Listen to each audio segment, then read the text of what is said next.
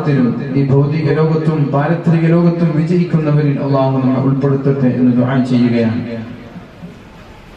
നമ്മളെല്ലാവരും ഭക്ഷണം കഴിച്ചിട്ട് വന്നവരല്ലേ? എല്ലാവരും ഭക്ഷണം കഴിച്ച് വലിയ സന്തോഷമാണ്. 9 മണിക്ക് തുടങ്ങിയെന്ന് വെച്ചാൽ തന്നെ വലിയ സന്തോഷമാണ്. കാസർഗോഡ് ജില്ലയിലൊക്കെ 10 മണിയാണ് മിനിമം. ഇങ്ങോട്ട് വന്നാല് അങ്ങോട്ട് എത്ര മണി വരെ ആവാം. അപ്പോ 8 മണിക്ക് തന്നെ തുടങ്ങും എന്നൊക്കെ പറഞ്ഞു. പക്ഷെ എന്തോ 9 മണി ആകേണ്ടി വന്നു. ഏതായാലും നമ്മൾക്ക് വേഗം തുടങ്ങി വേഗം നിർത്തണം. ഞാൻ സാറോടും പറഞ്ഞത് അങ്ങനെയാണ്, നിങ്ങൾ വളരെ കർശനമായി 10:30 ശേഷം ഒരാൾക്ക് മൈക്കിന് അനുവാദം കൊടുക്കാത്ത രീതിയിൽ വളരെ സ്ട്രിക്റ്റ് ആയിട്ട് നിയമം കൊണ്ടുവരണം. അങ്ങനെ കൊണ്ടുവന്നാൽ വേഗം വേണം നിർത്താൻ പറ്റും. ആർക്കും സുബഹി നിസ്കാരം തന്നാവില്ല. ആരും അങ്ങോട്ടും ഇങ്ങോട്ടും അങ്ങാടികളിൽ റോഡ് സൈഡിലൊക്കെ ഇരുന്നിട്ട് സമയം കഴിഞ്ഞൊരവസ്ഥ ഉണ്ടാവില്ല. 8 മണിക്ക് രാവിലെ തുടങ്ങി 10:30 മണിയാകുമ്പോൾ അതൊക്കെ നിർത്തി വീട്ടിലെത്തുന്ന ഒരു സിസ്റ്റം നമ്മുടെ നാട്ടിലൊക്കെ വരണം. അത് നമ്മൾക്ക് വലിയൊരു നേട്ടമാണ്. കാരണം നമ്മുടെ ഉറക്കൊക്കെ ആവശ്യമില്ലാതെ ഒരുപാട് ഉറക്ക് നമ്മൾ നഷ്ടപ്പെടുത്തുകയാണ്.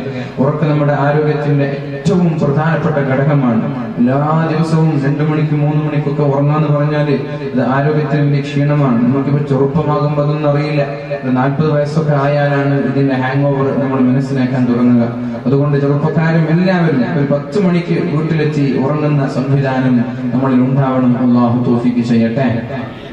മഹാനായ ഹാത്തിമുൽ അസ്സം റളിയല്ലാഹു അൻഹുവിന്റെ ജീവിതത്തിൽ അദ്ദേഹം തന്റെ ഗുരുനാഥനോട് പറഞ്ഞ 8 രഹസ്യങ്ങളാണ്, വിജയമന്ത്രങ്ങളാണ് നമ്മൾക്കിവിടെ ഇന്ന് ചർച്ച ചെയ്യാനുള്ളത്. അല്ലാഹു തആല പരിശുദ്ധ ഖുർആനിലൂടെ നമ്മോട് പഠിപ്പിക്കുന്നുണ്ട്. ബിസ്മില്ലാഹിർ റഹ്മാനിർ റഹീം. യൗമ യഅതി ലാ തകല്ലമു നഫ്സുൻ ഇല്ലാ ബിഇദ്നിഹി ഫമിൻഹും ശഖിയ്യുൻ വസഈദ്.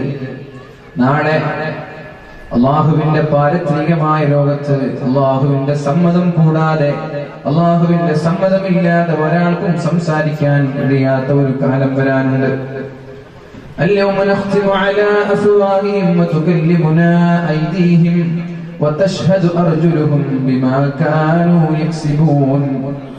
അന്ന് നമ്മുടെ ചുണ്ടുകൾക്ക് അല്ലാഹു സീൽ വെക്കുകയും നമ്മുടെ കൈകൾ അല്ലാഹുവിനോട് സംസാരിക്കുകയും കാലുകൾ ഈ പറഞ്ഞതിനെല്ലാം സാക്ഷി നിൽക്കുകയും ചെയ്യുന്നൊരു കാലം നമ്മൾക്കറിയാം. ചുണ്ടുകൾക്ക് അല്ലാഹു സീൽ വെച്ച് പൂട്ടിയിടുകയാണ്. അള്ളാഹുവിന്റെ സമ്മതമില്ലാതെ ഒരാൾക്കും സംസാരിക്കാൻ കഴിയാത്ത ലോകമാണത്. അള്ളാഹു പറയുന്നുണ്ട്, യൗമ യഅതി ലാ തകല്ലമു നഫ്സുൻ ഇല്ലാ ബിഇദ്നിഹി. അള്ളാഹുവിന്റെ സമ്മതമില്ലാതെ ഒരാൾക്കും ഒരു വാക്ക് പോലും സംസാരിക്കാൻ കഴിയില്ല.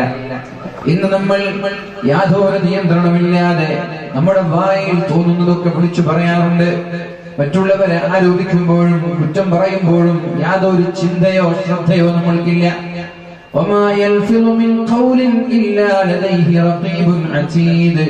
നമ്മളൊരു വാക്ക് പറയുമ്പോൾ നമ്മുടെ മുമ്പിൽ റഖീബും അതീദും ഉണ്ട് എന്നൊരു ചിന്ത നമ്മൾക്കുണ്ടാവണം. ഒരു വാക്ക് പറയുമ്പോൾ അതൊക്കെ എഴുതി വെക്കാനും അതൊക്കെ രേഖപ്പെടുത്താനും അള്ളാഹു നിശ്ചയിച്ച മാലാഖമാരുണ്ട് എന്നുള്ള ബോധം നമ്മൾക്കുണ്ടാവണം. ഇതിനെയൊക്കെ അള്ളാഹു നാളെ ചോദ്യം ചെയ്യുമെന്നുള്ള ബോധവും നമ്മൾക്കുണ്ടാവണം. إن السمع والبصر والفؤاد كل أولئك كان عنه مسؤولا. നമ്മുടെ സംസാരം, നമ്മുടെ കേൾവി, നമ്മുടെ കാഴ്ച, നമ്മുടെ ഹൃദയത്തിലുള്ള ചിന്തകൾ എല്ലാം അല്ലാഹു നാളെ വ്യക്തമായി ചോദ്യം ചെയ്യും. ആ സമയത്ത് ഇതിന് മറുപടി പറയാതെ ഒരാൾക്കും രക്ഷപ്പെടാൻ കഴിയില്ല എന്ന് അല്ലാഹു പറയുമ്പോ അല്ലാഹു സുബ്ഹാനഹു വ തആല പറയുകയാണ്, അല്ലാഹുവിന്റെ സമ്മതമില്ലാതെ ഒരാൾക്കും സംസാരിക്കാൻ കഴിയാത്ത ഒരു ലോകം നമ്മളുടെ അടുത്തേക്ക് വരാനുണ്ട്. അവിടെ 2 വിഭാഗം ആളുകളാണുള്ളത്. ഫമിൻഹും ശഖിയ്യുൻ വസഈദ്. അവിടെ വിജയിയുണ്ട്, അവിടെ പരാജിതനുണ്ട്. ശഖിയ് എന്ന് പറഞ്ഞാൽ പരാജയപ്പെട്ടു പോയവൻ, സഈദ് എന്ന് പറഞ്ഞാൽ വിജയിച്ചവൻ. വിജയിയുണ്ട്, പരാജിതനുണ്ട്. നമ്മളൊക്കെ ആഗ്രഹിക്കുന്നത് വിജയിക്കാനാണ്, പരാജയപ്പെടാനല്ല. ദുനിയാവിലും ആഖിറത്തിലും വിജയിക്കണമെന്ന് ആഗ്രഹിക്കുന്ന പ്രാർത്ഥിക്കുന്നവരാണ് നമ്മളൊക്കെ. റബ്ബനാ ആതിനാ ഫിദ് ദുനിയാ ഹസനതൻ വഫിൽ ആഖിറതി ഹസനതൻ വഖിനാ അദാബന്നാർ. അല്ലാഹുവേ, ദുനിയാവിലും ആഖിറത്തിലും നീ ഞങ്ങൾക്ക് വിജയം താ അല്ലാഹ്. നമ്മുടെ പ്രാർത്ഥനയാണ്. ദുനിയാവിലും വിജയം വേണം, ആഖിറത്തിലും വിജയം വേണം. ചില ആളുകൾ ദുനിയാവ് മാത്രം ചോദിക്കുന്നവരുണ്ട്. ജനങ്ങളിൽ ചില ആളുകൾ വയഖൂലു അവർ ദുആ ചെയ്യുന്നുണ്ട് റബ്ബനാ ആതിനാ ഫിദ് ദുനിയാ ഹസന അല്ലാഹുവേ എന്റെ ദുനിയാവ് നീ ഉഷാറാക്കണം റബ്ബേ എന്റെ ദുനിയാവ് നീ വിജയത്തിലാക്കണം അല്ലാഹ് എന്നിങ്ങനെ ദുനിയാവിന് വേണ്ടി മാത്രം ദുആ ചെയ്യുന്ന ആളുകളുണ്ട് പ്രാർത്ഥിക്കുന്ന ആളുകളുണ്ട് അല്ലാഹു പറയാണ് അത്തരം ആളുകൾക്ക് ആഖിറത്തിൽ യാതൊരു സ്ഥാനമില്ല അല്ലാഹു അവരെ പരിഗണിക്കുകയില്ല എന്ന് വമാലഹു ഫിൽ ആഖിറതി മിൻ ഖലാഖ് അല്ലാഹു അവരെ ശ്രദ്ധിക്കുകയില്ല എന്ന് പരിശുദ്ധ ഖുർആൻ എന്നാൽ ജനങ്ങളിൽ ചില ആളുകൾ വമിനൻ നാസി മൻ യഖൂൽ ربنا آتنا في الدنيا حسنة وفي الآخرة حسنة وقنا عذاب النار الله ദുനിയാവിലും ആഖിറത്തിലും വിജയം അല്ലാഹ് ഈ ദുആ ചെയ്യുന്ന ആളുകൾക്ക് അല്ലാഹു ആഖിറത്തിലും ദുനിയാവിലും അതിന്റെ ഓഹരി നൽകുമെന്ന് പരിശുദ്ധ ഖുർആൻ നമ്മോട് പഠിപ്പിക്കുന്നുണ്ട്. അപ്പോൾ അതുകൊണ്ട് നമ്മൾ എന്ത് ദുആ ചെയ്യണം? അല്ലാഹുവിനെ ദുനിയാവിലും വിജയത്തിലാക്കുക, ആഖിറത്തിലും വിജയത്തിലാക്കുക. ആഖിറത്തിൽ മാത്രം വിജയത്തിലാക്കി ദുനിയാവിൽ ഒരുപാട് കഷ്ടപ്പെട്ടിട്ട് കാര്യമുണ്ടോ? ദുനിയാവ് വളരെ പ്രയാസം, എങ്ങനെയൊക്കെ തട്ടിമുട്ടി ജീവിച്ച് ആഖിറത്തിൽ രക്ഷപ്പെടും. ആഖിറത്തിൽ വലിയ ഉപകാരമാണ്. നമ്മൾക്ക് രണ്ട് സ്ഥലത്തും വിജയിച്ചാൽ അത് വലിയ നേട്ടമല്ലേ? ഇവിടെയും ഖൈർ അവിടെയും ഖൈർ, വലിയ സുഖമല്ലേ? ഇവിടെ പ്രയാസപ്പെട്ടാൽ അവിടെ രക്ഷപ്പെടുമെന്ന് ഉറപ്പാണ്. ഇവിടെ അല്ലാഹുവിന് വേണ്ടി നമ്മുടെ വിലപ്പെട്ട സമയങ്ങളെ അല്ലാഹുവിന് വേണ്ടി ചെലവഴിക്കാൻ നമ്മൾ തയ്യാറായാൽ അവിടെ വിജയിക്കുമെന്ന് ഉറപ്പ് തന്നെയാണ്. എന്നാൽ ദുനിയാവിലും വിജയം ആഖിറത്തിലും വിജയം, രണ്ട് ലോകത്തും ഇരു ലോകത്തും വിജയിച്ചാൽ അതല്ലേ നമ്മൾക്ക് ഖൈർ. അതുകൊണ്ട് അല്ലാഹുവിനോട് ദുനിയാവിലും ആഖിറത്തിലും വിജയിക്കാൻ വേണ്ടി നമ്മൾക്ക് ദുആ ചെയ്യാം. അല്ലാഹു തൗഫീഖ് നൽകട്ടെ. വല്ലദീന ഹും ലിസ്സകാത്തി ഫാഇലൂൻ സകാത്തിന്റെ കാര്യം പറയുമ്പോൾ അല്ലാഹു സുബ്ഹാനഹു വ തആല പറയുന്നത് സകാത്ത് ചെയ്യുന്ന ആളുകൾ എന്ന്, അഥവാ ഒരുപാട് ബിസിനസ്സുകൾ നടത്തി സമ്പാദ്യങ്ങൾ ഉണ്ടാക്കണമെന്നാണ് ഇസ്ലാം പറയുന്നത്. സകാത്ത് ഉള്ളതിൽ നിന്ന് കൊടുക്കണമെന്നില്ല. സകാത്ത് ഒരുപാട് അധ്വാനിച്ച് ബിസിനസ് നടത്തി സമ്പാദ്യങ്ങൾ ഒരുമിച്ച് കൂട്ടി അതിൽ നിന്ന് പാവപ്പെട്ടവർക്ക് സകാത്ത് കൊടുക്കണം. അത് ഖൈറല്ലേ? അത് ഖൈറല്ലേ? പൈസ വേണ്ടാന്ന് ആഗ്രഹിക്കേണ്ട, പൈസ വരട്ടെ. അല്ലാഹു നമുക്ക് ഇഷ്ടം പോലെ മുതൽ തരട്ടെ. എന്തിപ്പോ തന്നാലും പ്രശ്നം.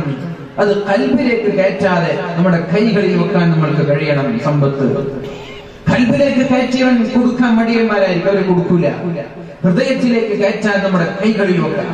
എന്നിട്ട് സകാത്ത് കണക്കെടുത്ത് വളരെ കൃത്യമായി ആളുകൾക്ക് നൽകാൻ നമ്മൾ തയ്യാറാവണം. എനിക്കറിയാം വലിയൊരു കോടീശ്വരൻ നമ്മുടെ വടകര ഭാഗത്താണ്, ഒരു 100 കണക്കിനൊക്കെ കോടി ആസ്തിയുള്ള ആളാണ്. 2 ഹുദവിമാരാണ് അവരുടെ അടുത്ത് സകാത്ത് കണക്കാക്കാൻ വേണ്ടി മാത്രം നിശ്ചയിച്ചിട്ടുള്ളത്.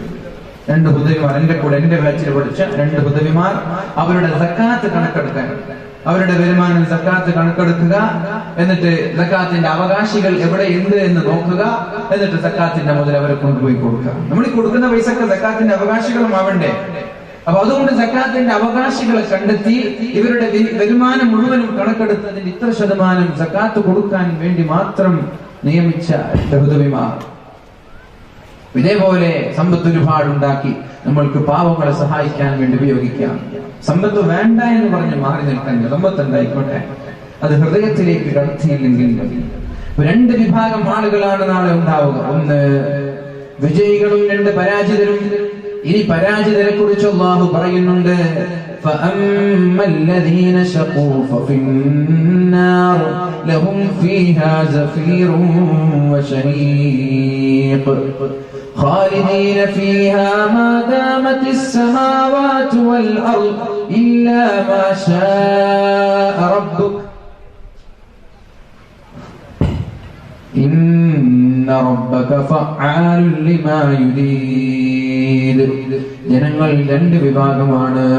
പരാജയപ്പെട്ടു പോയ ആളുകൾ, അവർ ആർപ്പുവിളികളുള്ള, പൊട്ടിക്കരച്ചിലുകളുള്ള, വളരെ ദയനീയമായ ലോകത്ത്, നരകലോകത്താണ് അവർ. ഖാലിദീന ഫീഹാ, അവർ ആ നരകത്തിൽ ശാശ്വതരാണ്, രക്ഷപ്പെടാൻ അവർക്ക് കഴിയില്ല. ഖാലിദീന ഫീഹാ, അവർ ശാശ്വതരാണ് അവിടെ. മാ ദാമതിസ് സമാവാതു വൽ അർദ്, ആകാശവും ഭൂമിയും നിലനിൽക്കുന്ന കാലത്തോളം, ആകാശം എത്ര കാലം ഇവിടെ നിലനിൽക്കുമോ അത്രയും കാലം, ഭൂമി എത്ര കാലം നിലനിൽക്കുമോ അത്രയും കാലം അവർ നരകത്തിൽ ശാശ്വതരാണ്, രക്ഷപ്പെടാൻ കഴിയില്ല. അല്ലാഹുവിന്റെ ഹബീബായ മുഹമ്മദുർ റസൂലുള്ളാഹി സ്വല്ലല്ലാഹു അലൈഹി വസല്ലം നാളെ മഹ്ശറ ലോകത്ത് എല്ലാവരും ചൂടുകൊണ്ട് സഹിക്കാൻ കഴിയാതെ രക്ഷപ്പെടാൻ വേണ്ടി യൗമ യഫറുൽ മർഉ മിൻ അഖീഹി വ ഉമ്മിഹി വ അബീഹി, ഇങ്ങനെ പോയാൽ ശരിയാവില്ല.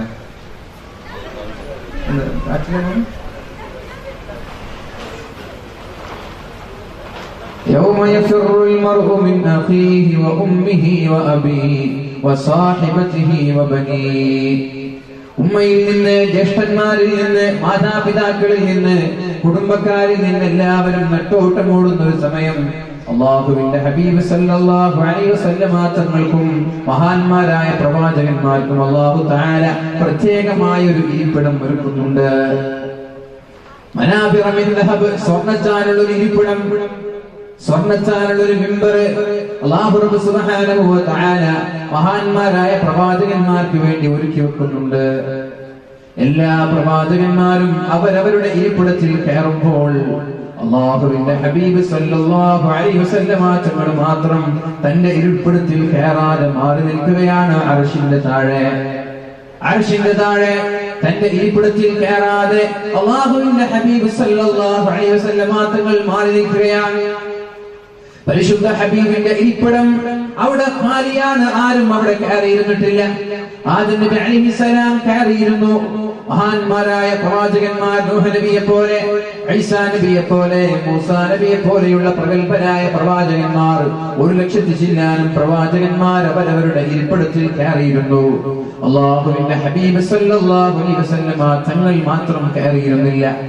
അപ്പോഴാണ് അല്ലാഹു ചോദിക്കുന്നത്, യാ മുഹമ്മദ്, മുഹമ്മദേ, എന്തേ നിങ്ങളുടെ ഈ ഇരിപ്പിടത്തിൽ കയറിയിരിക്കാത്തത്? എന്താ നിങ്ങൾക്ക് ആവശ്യം? അപ്പോഴാണ് അല്ലാഹുവിന്റെ ഹബീബ് സല്ലല്ലാഹു അലൈഹി വസല്ലമ തങ്ങൾ പറഞ്ഞത്, ഞാൻ എന്റെ ഇരിപ്പിടത്തിൽ കയറാത്തത് സ്വർണ്ണത്താൽ അല്ലാഹു ഒരുക്കി വെച്ച ആ സിംഹാസനത്തിൽ ഞാൻ കയറാത്തത്, ഞാൻ അവിടെ കയറിയാൽ അല്ലാഹു റബ്ബ് സുബ്ഹാനഹു വ തആല എന്നെ നേരെ സ്വർഗ്ഗത്തിലേക്ക് കൊണ്ടുപോകുമോ എന്ന പേടിയോടെയാണ്. ഞാൻ ആ കസേരയിൽ, ആ സിംഹാസനത്തിൽ കയറിയിരുന്നാൽ അല്ലാഹു എന്നെ നേരെ സ്വർഗ്ഗത്തിലേക്ക് കൊണ്ടുപോകുമോ എന്ന പേടി, ആ പേടി കാരണത്താലാണ് ഞാൻ എന്റെ സിംഹാസനത്തിൽ കയറാത്തത്. സ്വർഗ്ഗത്തിൽ കൊണ്ടുപോകുന്നതിന് എന്തിനാ പേടിക്കുന്നത്? സന്തോഷമല്ലേ? സ്വർഗ്ഗത്തിൽ പോകാനല്ലേ നമ്മളൊക്കെ ആഗ്രഹിക്കുന്നത്, പിന്നെ എന്തിനാ പേടിക്കുന്നത്? എന്തിനാ പേടിച്ചത്? എന്തിനാ സ്വർഗ്ഗത്തിലേക്ക് പോകുന്നതിന് പേടിച്ചത്? ഞാൻ സ്വർഗ്ഗത്തിലെത്തിയാൽ ഇവിടെ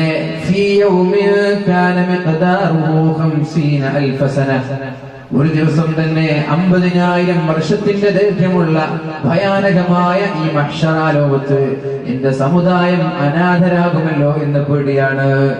ഞാൻ പോയാൽ എന്റെ ഉമ്മത്തിന്റെ കാര്യം ആരാ നോക്കുക? എന്റെ ഉമ്മത്തിനെ ആരാണ് നിയന്ത്രിക്കുക?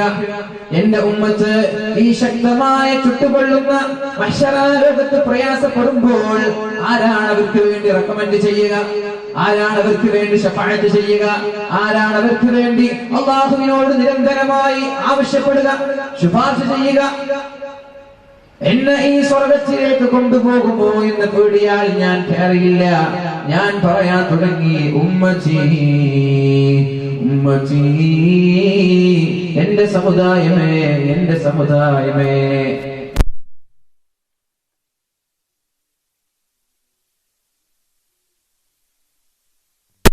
ഈ ഹബീബിനെ മനസ്സിലാക്കണം നമ്മൾ.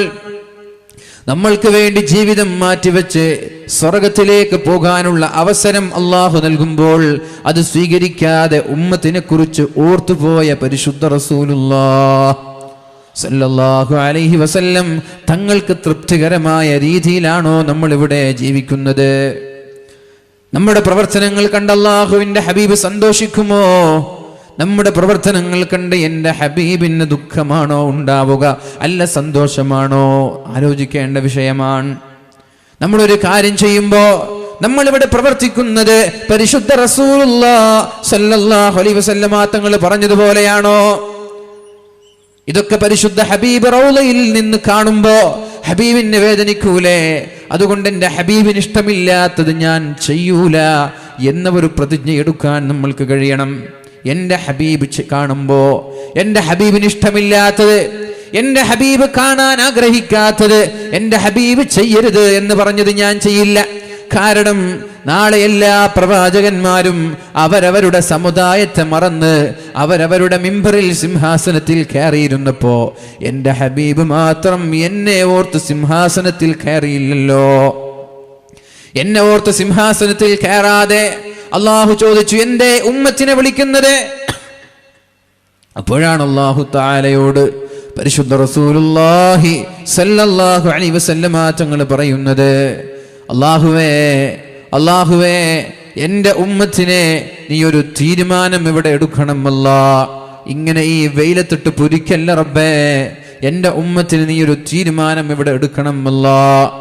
അപ്പോഴാണ് അല്ലാഹു തആല വളരെ വേഗത്തിൽ ഹിസാബ് തീർക്കുന്നത്, വളരെ വേഗത്തിൽ. എന്നിട്ട് മുസ്ലിമീങ്ങളിൽ നല്ലവരെ ഹിസാബില്ലാതെ അല്ലാഹു സ്വർഗത്തിൽ കൊണ്ടുപോവുകയാണ്. ചില ആളുകൾ അള്ളാഹുവിന്റെ ഹബീബിന്റെ ശഫാഅത്തിന് അർഹരായി നേരെ സ്വർഗത്തിലേക്ക് പോവുകയാണ്. ചില ആളുകൾ വൻദോഷങ്ങൾ ചെയ്തവരാണവർ, തൗബ ചെയ്യാൻ അവർക്ക് അവസരം ലഭിച്ചില്ല. വൻദോഷങ്ങൾ ചെയ്തവരാണ്, മഹാപാപങ്ങൾ ചെയ്തവരാണ്, കള്ളു കുടിച്ചവരാണവർ. മരണത്തിന്റെ മുമ്പേ അവർ തൗബ ചെയ്തില്ല. അതേപോലെ അവർ വ്യഭിചരിച്ചവരാണ്, മരണത്തിന് മുമ്പ് അവർ തൗബ ചെയ്തില്ല. കഞ്ചാവടിച്ചവര്, നാട്ടിൽ പ്രശ്നങ്ങൾ ഉണ്ടാക്കിയവര്, ഫിത്നയുണ്ടാക്കിയവര്, ഫസാദ് ഉണ്ടാക്കിയവര്, നാട്ടിൽ തോന്നിവാസങ്ങളും ആഭാസങ്ങളും ചെയ്ത് ജീവിച്ച ആളുകൾ, മയക്കുമരുന്ന് സപ്ലൈ ചെയ്തവർ, ഡിസ്ട്രിബ്യൂട്ട് ചെയ്തവർ, അത് വാങ്ങിച്ച് കഴിച്ചവർ, കഴിക്കാൻ വേണ്ടി നിർബന്ധിപ്പിച്ചവർ, ഇങ്ങനെ എന്തൊക്കെ തോന്നിവാസങ്ങൾ ചെയ്തു. അതിനെയെല്ലാം ചെയ്ത് മരണത്തിന് മുമ്പ് തൗബ ചെയ്യാൻ അവസരമില്ലാതെ മരിച്ചുപോയൊരു വിഭാഗമുണ്ട്. അള്ളാഹുവിന്റെ ഹബീബിന്റെ ഉമ്മത്തിലെ പരിശുദ്ധ റസൂലുള്ളാഹി സല്ലല്ലാഹു അലൈഹി വസല്ലമ തങ്ങളുടെ സമുദായത്തിലെ തൗബ ചെയ്യുന്നതിന് മുമ്പേ മരിച്ചുപോയ ചില ആളുകൾ, അഥവാ പെട്ടെന്ന് മരിച്ചുപോയ ആളുകൾ. ചെറുപ്പത്തിലെ ആളുകൾ മരിച്ചു പോവാറുണ്ടല്ലോ, വളരെ ചെറുപ്പത്തിലെ ആളുകൾ മരിച്ചു പോവാറുണ്ട്. ആക്സിഡന്റിലൂടെ, അറ്റാക്കിലൂടെ ഉറങ്ങാൻ കിടന്നവർ പ്രഭാതത്തിൽ ഉണരാറില്ല. എത്ര മരണങ്ങളാണ് കേട്ടുകൊണ്ടിരിക്കുന്നത്. ഉപ്പളയിലല്ലേ ഒരു ഹൈന്ദവ സുഹൃത്ത് കളിച്ചുകൊണ്ടിരിക്കുമ്പോൾ കുഴഞ്ഞു വീണ് മരിച്ചത്? നമ്മുടെ നാട്ടിലല്ലേ? അല്ലേ? നമ്മുടെ നാട്ടിലല്ലേ? നമ്മുടെ നാട്ടിലാണ്. ചെറുപ്പക്കാരെ, നമ്മൾക്കതൊരു പാഠമാണ്. കളിക്കുമ്പോ, സിനിമ കാണുമ്പോ, മയക്കുമരുന്ന് ഉപയോഗിച്ച് തോന്നിവാസങ്ങൾ ചെയ്ത് തൗബ ചെയ്യുന്നതിന് മുമ്പേ ഇത്തരം ഒരു മരണം നമ്മെ പിടികൂടിയാലോ, ഇത്തരം ഒരു മരണം നമ്മെ വേട്ടയാടിയാലോ നരകം ഉറപ്പല്ലേ? നരകം ഉറപ്പല്ലയോ? ഇത്തരം ആളുകൾ നരകത്തിലേക്ക് പോകുമ്പോ അവിടെ നിന്ന് നരകത്തെ കാക്കുന്ന മലക്ക് ചോദിക്കുമത്രേ, നിങ്ങളാരാണ്? നിങ്ങളുടെ മുഖത്ത് എന്തോ ഒരു പ്രകാശമുണ്ട്, നിങ്ങൾക്ക് എന്തോ ഒരു മാറ്റമുണ്ട്, നിങ്ങൾ ആരാണ്? ഇതിനു മുമ്പ് നരകത്തിലേക്ക് കടന്നു വന്ന ആളുകൾ, അവർക്കില്ലാത്ത എന്തോ ഒരു വ്യത്യാസം നിങ്ങൾക്കുണ്ട്. അവർക്ക് ഉമ്മത്ത് മുഹമ്മദ് എന്ന് പറയാൻ നബി തങ്ങളുടെ പേര് ഓർമ്മ വരുന്നില്ല. അപ്പോഴാണ് അവർ പറയുന്നത്, നഹ്നു മിമ്മൻ ഉൻസില ഫീഹിമുൽ ഖുർആൻ, ഞങ്ങളിലേക്കാണ് അല്ലാഹു തആല ഖുർആൻ ഇറക്കിയത്. അല്ലാഹു ഖുർആൻ ഇറക്കിയ വിഭാഗത്തിൽപ്പെട്ടവരാണ് ഞങ്ങൾ. അപ്പോൾ മഹാനായ മാലിക് അലൈഹിസ്സലാം പറയുമത്രേ, അത് തന്നെയാണ് നിങ്ങളുടെ മുഖത്തിലുള്ള ഈ മാറ്റം ഞാൻ ശ്രദ്ധിച്ചത്. നരകത്തിലേക്ക് അവരെ വലിച്ചെറിഞ്ഞ് അള്ളാഹുവിന്റെ ഹബീബും മഹാന്മാരായ സ്വാലിഹീങ്ങളായ ആളുകളൊക്കെ നാളെ സ്വർഗത്തിലേക്ക് കടന്നു ചെല്ലുമ്പോൾ ഈ തെറ്റ് ചെയ്ത് തൗബ ചെയ്യാതെ മരിച്ചുപോയ ആളുകൾ നരകത്തിൽ കിടക്കുന്നു.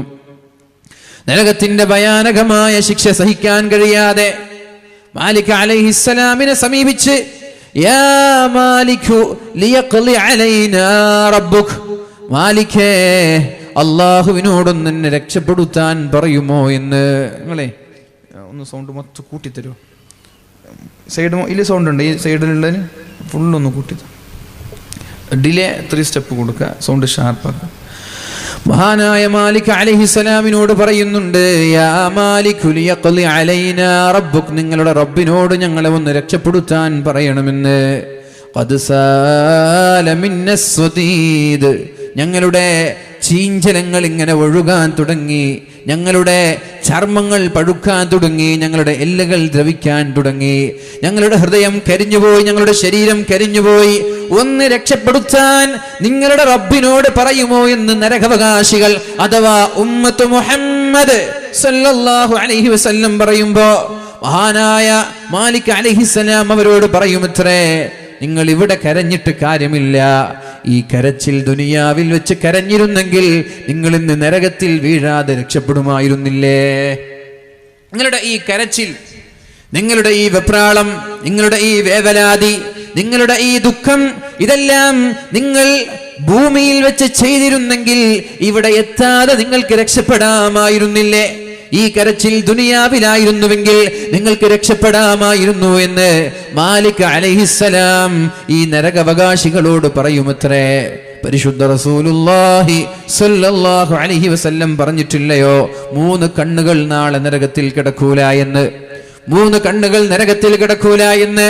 ഹറാമിൽ നിന്ന് കണ്ണിനെ നിയന്ത്രിക്കുന്ന ആളുകൾ, ഹറാം കാണുമ്പോൾ എന്റെ കണ്ണ് അതിലേക്ക് കടന്നു പോകാതെ നിയന്ത്രിക്കാൻ കഴിഞ്ഞവൻ, അതേപോലെ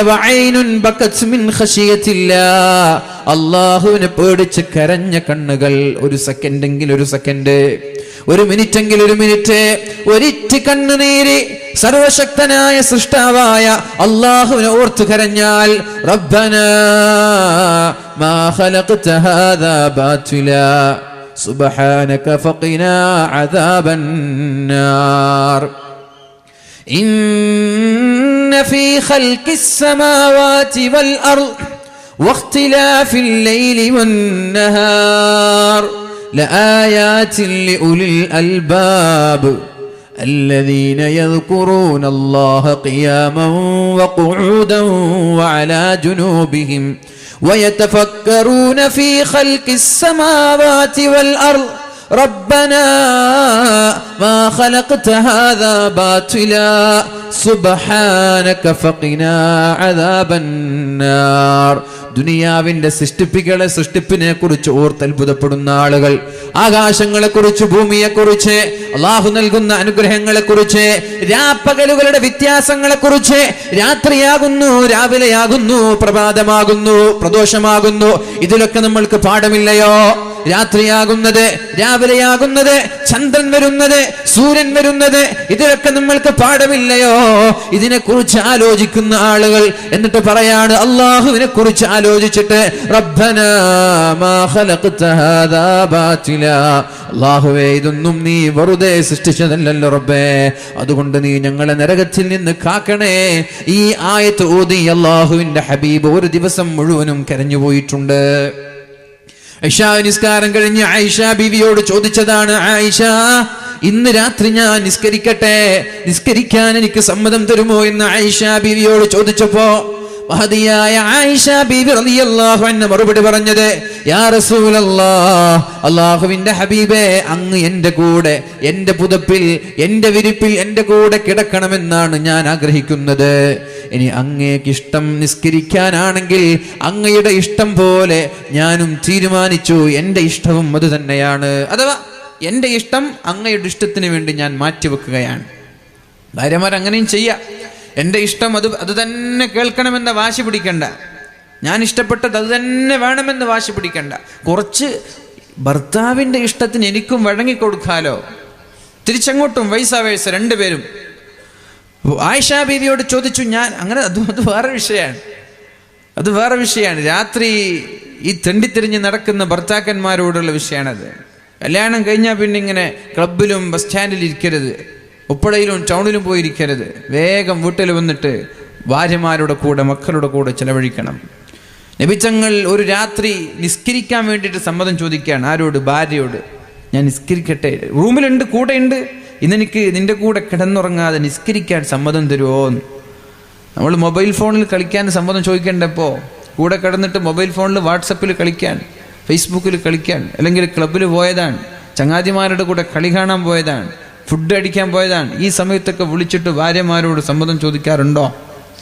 അല്ല, ഞാൻ ഇന്ന് ഭക്ഷണം കഴിച്ചിട്ട് വരാട്ടോ. നേരത്തെ പറയൂ, ഇല്ല. ഭാര്യ വിളിക്കും, ചോറ സ്വസ്ഥത തരൂല, എന്നിട്ട് ഫോൺ എടുക്കും, ഞാൻ ഇന്ന് വരൂല, ഞാൻ വേറെ, ഞാൻ പുറത്താണ്. ഇങ്ങനെയൊക്കെ ദേഷ്യപ്പെടുന്ന ആളുകളല്ലേ ഭൂരിഭാഗം ആളുകളും. ഇത് ചെയ്യാൻ പാടുണ്ടോ? ഇത് ചെയ്യാൻ പാടുണ്ടോ? സത്യത്തിൽ നമ്മൾ ചെയ്യുന്നത് മഹാപാപമാണ്. കല്യാണം കഴിഞ്ഞ ആളുകൾ പ്രത്യേകിച്ച്. ഇനി കല്യാണം കഴിയാത്ത ആളുകൾക്ക് ലൈസൻസ് അല്ല, അവർ ഇഷാ കഴിഞ്ഞാൽ പിന്നെ വീട്ടിലെത്തണം. അങ്ങനെയാണ് നമ്മുടെ സിസ്റ്റം, അങ്ങനെയാണ്. നമ്മുടെ സർ അനൂപ് സർ ആ വിഷയം സൂചിപ്പിക്കാൻ വരെ പറഞ്ഞിട്ടുണ്ട്. ഉമ്മമാർക്ക് എന്തേ നമ്മുടെ മക്കൾ ഒരു 8 മണിക്ക് ഇഷാ നിസ്കാരം കഴിഞ്ഞാൽ വീട്ടിലേക്ക് എത്തിക്കാൻ എന്തേ നമ്മുടെ രക്ഷിതാക്കൾക്ക് കഴിയാത്തത്? അതെന്ത് സാധിക്കാത്ത? കുറച്ച് വലുതായി താടി മിഷൊക്കെ വന്നാൽ പിന്നെ പറഞ്ഞാൽ കേൾക്കൂല. ശരിയാണ്, ഒരു 10-15 വയസ്സ് വരെ നമ്മുടെ നിയന്ത്രണത്തിലുണ്ടാവൂലേ? അവരെ നിയന്ത്രിക്കാൻ നമ്മൾക്ക് കഴിയൂലേ? ഇശാ നിസ്കാരത്തിന് പള്ളിയിൽ പോയിട്ട് തിരിച്ചു വരുന്നില്ലെങ്കിൽ പള്ളി കേൾക്കണ്ട, വീട്ടിൽ നിസ്കരിച്ചോട്ടെ, അങ്ങനെ ആ ഖൈർ മതി, വീട്ടിൽ നിസ്കരിച്ച കൂലി മതി. ഇശാ നിസ്കരിക്കാൻ പള്ളിയിൽ പോയ മക്കൾ സമയത്തിന് വീട്ടിലേക്ക് വരുന്നുണ്ടെങ്കിൽ അവരെ പള്ളിക്ക് വിടണ്ട. മഗ്രിബ് നിസ്കരിക്കാൻ പോയിട്ട് ക്ലബ്ബിലിരിക്കാൻ, എന്നാൽ പള്ളിക്ക് മഗ്രിബിന് വിടണ്ട, വീട്ടിൽ വെച്ച് നിസ്കരിപ്പിച്ചാൽ മതി. അതാണ് അതിൻ്റെ ഖൈർ. ഇങ്ങനെ പള്ളി ഖൈറാണെന്ന് വിചാരിച്ച് വേറൊരു തെറ്റിലേക്ക് കൊണ്ടുപോയി എത്തിക്കരുത്. നമ്മുടെ മക്കൾ ചെറുപ്പത്തിൽ തന്നെ, ഉമ്മമാരെ വളരെ ശ്രദ്ധയോടെ ശ്രദ്ധിക്കണം. രക്ഷിതാക്കൾ, ഉപ്പന്മാരൊക്കെ വളരെ ശ്രദ്ധയോടെ ശ്രവിക്കേണ്ട ഒരു വിഷയമാണ്. നമ്മൾ ചെറുപ്പത്തിലെ അവരെ നമ്മൾ നിയന്ത്രിച്ചു കൊണ്ടുവരണം. ചെറുപ്പത്തിൽ അലഞ്ഞു തിരിയാൻ അവരെ വിടുകയും എന്നിട്ട് പെട്ടെന്നൊരു നിയന്ത്രണം അതവർക്ക് അംഗീകരിക്കാൻ കഴിയില്ല. ഒരു 18 വയസ്സായപ്പോൾ നാട്ടുകാരൊക്കെ പറയാൻ തുടങ്ങി, അല്ല ബാത്തുങ്ങളെ മോനല്ലേ എങ്ങനെയൊക്കെ കേൾക്കുന്നത്. അന്ന് മുതൽ സ്ട്രിക്റ്റ് ആയാൽ കേൾക്കാൻ കഴിയില്ല. അതുകൊണ്ട് വളരെ ചെറുപ്പത്തിൽ തന്നെ 7 വയസ്സ് മുതൽ തന്നെ നമ്മുടെ മക്കളെ ക്ലബ്ബുകളിലേക്ക് പറഞ്ഞേക്കാതെ, ബസ് സ്റ്റാൻഡിലേക്കും പീടികത്തിണ്ണയിലേക്കും റോഡ് സൈഡിലുള്ള കട്ടകളിലേക്കും ഇരിക്കാൻ വേണ്ടി പെർമിഷൻ കൊടുക്കാതെ അവരെ വീട്ടിലേക്ക് വിളിച്ച് 10 മണിക്ക് ശേഷം 9 മണിക്ക് ശേഷം ഇശാ നിസ്കാരം കഴിഞ്ഞാൽ ഒരു 10-15 മിനിറ്റ് സമയം കൊടുത്ത് വൈകി വരുന്ന ആളുകളെ ഒരു കാരണവശാലും വീട്ടിലേക്ക് അടുപ്പിക്കാതിരിക്കാനുള്ളൊരു ചങ്കൂറ്റം നമ്മൾ കാണിക്കണം. പോട്ട്, അങ്ങനെയുള്ള മക്കൾ പോയിക്കോട്ടെ, നമുക്ക് ഉണ്ടായിട്ട് എന്താ കാര്യം? പറഞ്ഞ കേൾക്കാത്ത മക്കൾ നമുക്ക് ഉണ്ടായിട്ട് എന്താ കാര്യം? അവരെ തീറ്റിപ്പോറ്റിട്ട് എന്താ കാര്യം? ഈ തീറ്റിപ്പോറ്റി ഇവർ നമ്മൾക്കെതിരെ സാക്ഷി നിൽക്കൂലേ നാളെ മഹ്ശറയിൽ? അതുകൊണ്ട് അവരെ കൂടെ നിർത്തുക, ചെറുപ്പത്തിൽ തന്നെ കൂടെ നിർത്തുക. ദീനിയായാലേ ഈ മക്കളെ കൊണ്ട് നമ്മൾക്ക് ദുനിയാവിന് ഉപകാരം ഉണ്ടാവുള്ളൂ, ആഖിറത്തിൽ ഉപകാരം ഉണ്ടാവുള്ളൂ. ഇല്ലെങ്കിൽ ദുനിയാവിലും ഇവർ നമ്മൾക്ക് അപമാനമാണ്, ആഖിറത്തിലെത്തിയാൽ നമ്മുടെ സ്വർഗം തടയുന്ന നമ്മുടെ ശത്രുക്കളാണ്. അള്ളാഹു പറഞ്ഞില്ലേ ഭാര്യമാരിൽ ശത്രുക്കളുണ്ടെന്ന്? അള്ളാഹു പറഞ്ഞില്ലേ മക്കളിൽ ശത്രുക്കളുണ്ടെന്ന്? എന്തേ ശത്രുക്കളായത്? ഇവരിവിടെ അലഞ്ഞു തിരിഞ്ഞ് അലവരാധികളായി തണ്ടിത്തിരിഞ്ഞ് നടന്ന് പറഞ്ഞത് കേൾക്കാതെ തോന്നിവാസങ്ങൾ ചെയ്ത് നമ്മളതിന് അവരെ കയറൂരി വിടുകയും നമ്മൾ ഹജ്ജും ചെയ്ത് തസ്ബീഹും ചൊല്ലി നിസ്കരിച്ച് സ്വർഗം പ്രതീക്ഷിച്ച് നാളെ മഹ്ശറയിലെത്തുമ്പോൾ അള്ളാഹുവിൻ്റെ മുമ്പിൽ ഓടി വന്ന് ഈ മക്കളെ നമ്മുടെ ശത്രുക്കളായി സ്വർഗത്തിലെത്തേണ്ട മക്കളെ നരകത്തിലേക്ക്, ഉമ്മമാരുപ്പമാരെ നരകത്തിലേക്ക് പറഞ്ഞേക്കുന്നത്. അതേ പദങ്ങൾ ഹദീസിൽ വന്നതാണ്. ലാ അദ്ഖുലുൻ നാറ ഹത്താ യദ്ഖുല അബീ മിൻ ഖബ്ലി. എൻ്റെ ഉപ്പ സ്വർഗത്തിൽ കിടക്കാതെ നരകത്തിൽ കിടക്കാതെ ഒരു കാരണവശാലും ഞാൻ നരകത്തിൽ കിടക്കൂല. മക്കൾ വാശി പിടിക്കാൻ, എൻ്റെ ഉമ്മ എന്നെ വഴികേടിലേക്ക് നയിച്ച, എന്നെ നന്നാക്കാൻ വേണ്ടി പരിശ്രമിക്കാത്ത എൻ്റെ ഉമ്മ നരകത്തിൽ കിടക്കാതെ ഞാൻ നരകത്തിൽ കിടക്കൂല. സ്വർഗത്തിലേക്ക് പോകേണ്ട ഉമ്മമാരെ, ഉപ്പമാരെ നരകത്തിലേക്ക് ഈ ശത്രുക്കളായ നമ്മുടെ മക്കൾ വലിച്ചു കൊണ്ടുപോകുമെന്ന് പരിശുദ്ധ റസൂലുള്ളാഹി സ്വല്ലല്ലാഹു അലൈഹി വസല്ലം.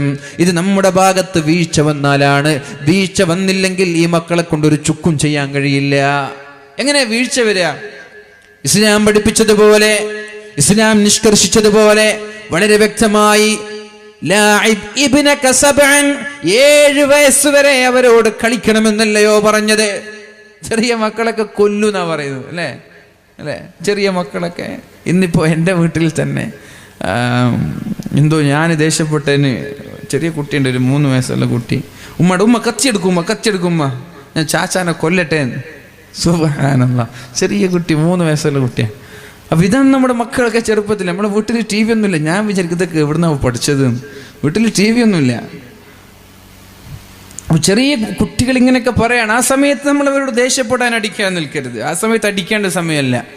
ലാഇബ് ഇബ്നക സബ്അ, 7 വയസ്സ് വരെ നമ്മുടെ മക്കളോട്, 7 വയസ്സ് വരെ നമ്മുടെ മക്കളോട് നമ്മൾ കളിച്ച് ജീവിക്കണം. 7 വയസ്സ് കഴിഞ്ഞാലോ അദ്ദിബുഹു സബ്ആ, 14 വയസ്സുവരെ അവർക്ക് അദബ് പഠിപ്പിക്കേണ്ട സമയമാണ്. 7 വയസ്സ് കഴിഞ്ഞാൽ 14 വയസ്സുവരെ അദബ് പഠിപ്പിക്കേണ്ട സമയമാണ്. ആ സമയത്താണ് അവർക്ക് ഉപദേശങ്ങൾ നൽകേണ്ടത്, അവരെ കൂടെ നിർത്തേണ്ടത്, തെറ്റ് ചെയ്യുമ്പോൾ ചെയ്യരുതെന്ന് പറഞ്ഞു കൊടുക്കേണ്ടത്, ഓരോ കാര്യങ്ങളിലും വ്യക്തമായ മാർഗനിർദ്ദേശം കാണിച്ചു കൊടുക്കേണ്ടത് ആ 14 വയസ്സുവരെയാണ്. ഈ 14 വയസ്സുവരെ ഈ ഒരു രീതിയിൽ നിങ്ങൾ വളർത്തിയാൽ ഈ മക്കൾ പിന്നെ തെറ്റുകാരാവൂല. 14 കഴിഞ്ഞാൽ പിന്നെ ഒരു 7 ഉണ്ട്, വസ്വാഹിബുഹു സബ്ആ, അവരെ ചങ്ങാതിമാരായി കൂടെ നിർത്തണം. 21 വയസ്സുവരെ, 14 വയസ്സുവരെ എല്ലാ അദബും മര്യാദയും അച്ചടക്കവും പഠിപ്പിച്ചു കൊടുത്തു. 14 ആയാൽ അവരെ കയറൂരി വിടരുത്, കൂടെ നിർത്തണം ചങ്ങാതിയെ പോലെ. അവന്റെ വിഷമം അവർ ഞങ്ങളോട് പറയണം. പെണ്ണ് സ്കൂളിൽ പോകുമ്പോൾ നടന്നത്, വരുമ്പോൾ നടന്നത്, ബസ്സിൽ കണ്ടത് കേട്ടത് എല്ലാം വീട്ടിൽ വന്ന് ഉമ്മയോട് പറയാനുള്ള ധൈര്യം കാണിക്കണം. ഉമ്മയെ ചങ്ങാതിയായി കാണണം, ഉപ്പയെ ചങ്ങാതിയായി കാണണം.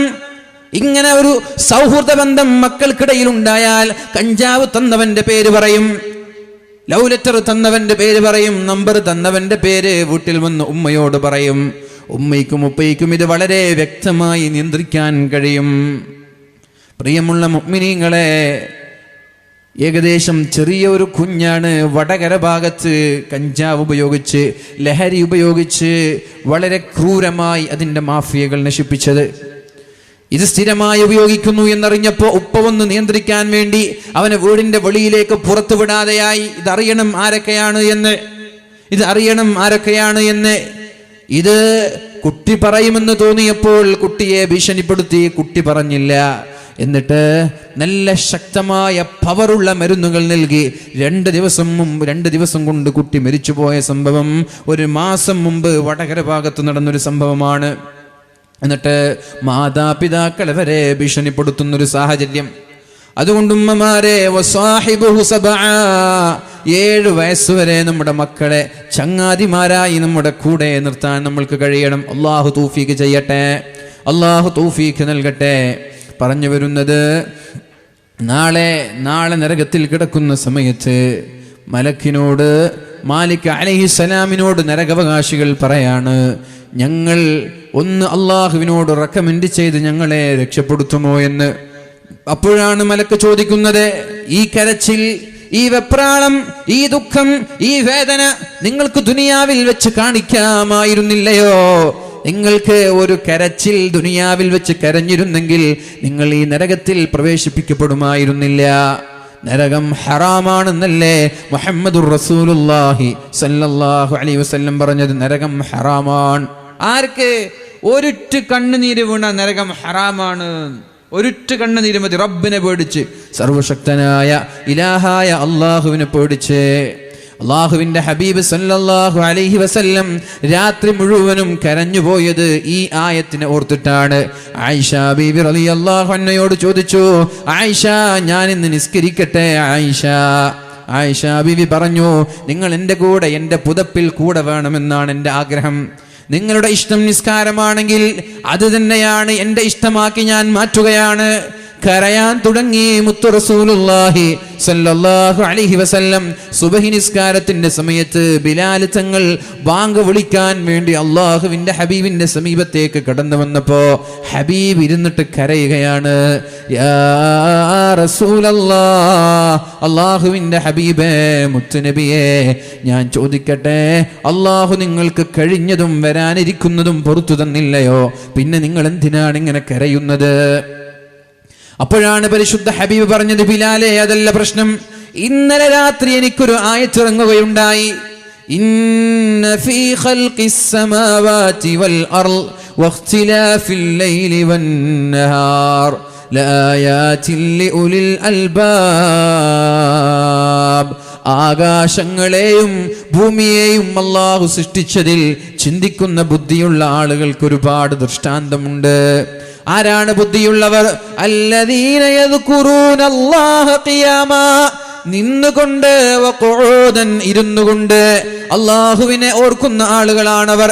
അല്ലദീന യദ്കുറൂന അല്ലാഹ ഖിയാമൻ വഖുഊദൻ വഅലാ ജുനൂബിഹിം, കിടന്നുകൊണ്ടും അവർ അള്ളാഹുവിനെയാണ് ഓർക്കുന്നത്. എന്നിട്ട് ആകാശങ്ങളെ കുറിച്ച്, രാത്രിയെ കുറിച്ച്, പകലിനെ കുറിച്ച് ആലോചിച്ചവര് പറയുന്നത്, റബ്ബനാ, ഞങ്ങളുടെ റബ്ബേ, മാ ഖലഖ്ത ഹാദാ ബാതിലാ, അല്ലാഹുവേ ഇതൊന്നും നീ വെറുതെ സൃഷ്ടിച്ചതല്ലല്ലോ. ഈ ആയത്ത് ഓതുമ്പോൾ ഇതിനെക്കുറിച്ച്